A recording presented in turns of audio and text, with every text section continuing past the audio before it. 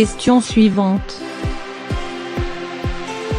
Quand nous croisons une personne qui nous plaît, que ce soit dans une soirée, un bar ou encore un train, l'idée qui nous obsède à ce moment est de faire connaissance et de se rapprocher d'elle.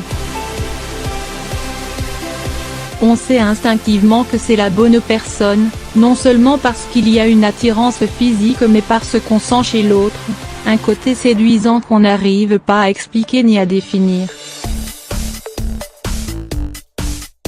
Alors, des regards mielleux s'échangent, des sourires timides se défilent. L'attirance est mutuelle.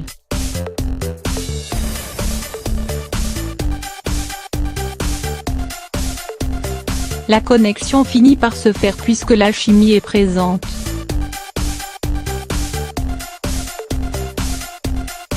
Il arrive cependant, que l'attirance se produise mais à sens unique, laissant l'autre se débattre avec sa frustration et son imagination. L'usage de moyens et de subterfuges pour attirer cette personne, reste vain. La capacité de lutter pour conquérir cette personne dépend de la volonté de chacun. Mais des fois, le destin en décide autrement et nous étonne par les surprises qu'il nous réserve. Cette situation plus ou moins rocambolesque a été vécue par une jeune femme dénommée Zoé Folby. L'histoire d'amour de cette jeune femme.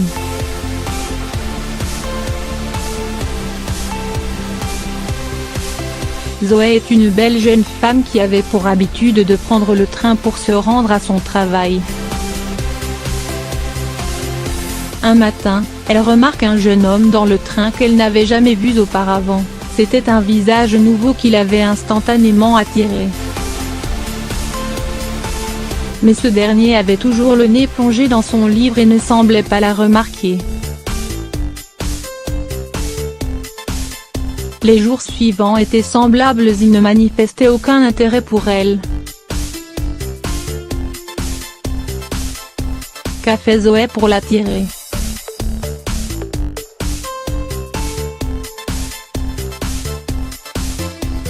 Zoé a essayé d'utiliser toutes les méthodes de séduction possibles.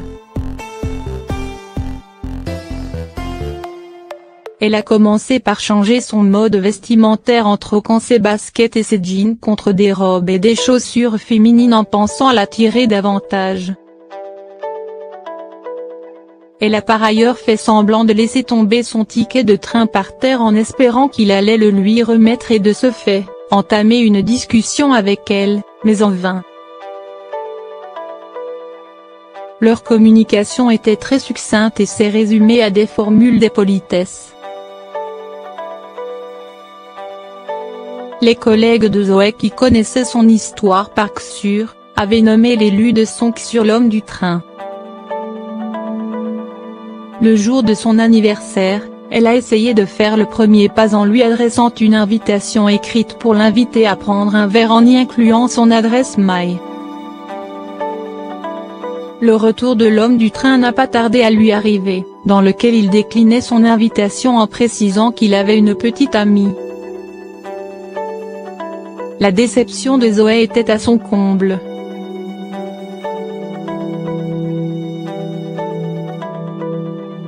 Elle savait au moins qu'il s'appelait Marc.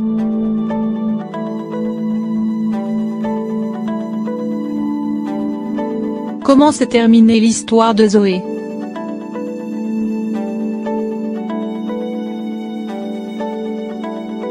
Le destin en a décidé autrement.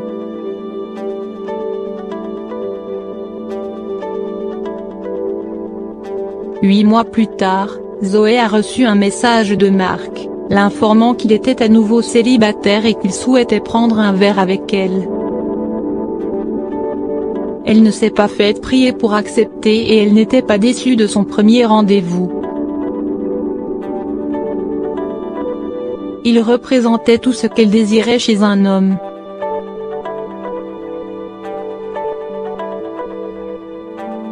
Ils avaient beaucoup de points en commun et tous les deux avaient les mêmes désirs et les mêmes attentes. Sa première intuition ne l'avait pas trompé.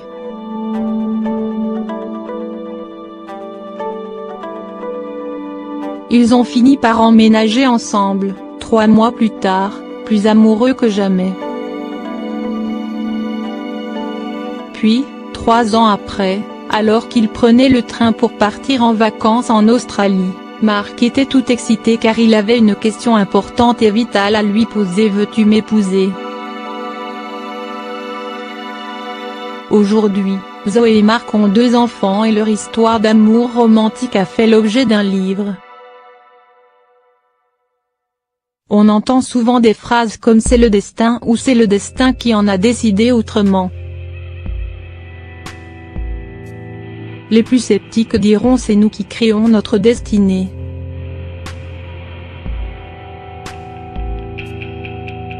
Mais lorsque 2 personnes sont amenées à être ensemble pour la vie, ni la distance, ni le temps, ni les embûches, ni les circonstances, ne pourront les séparer, elles se retrouveront tôt ou tard. Oui, lorsque le destin décide de s'en mêler, il n'y va pas par 4 chemins.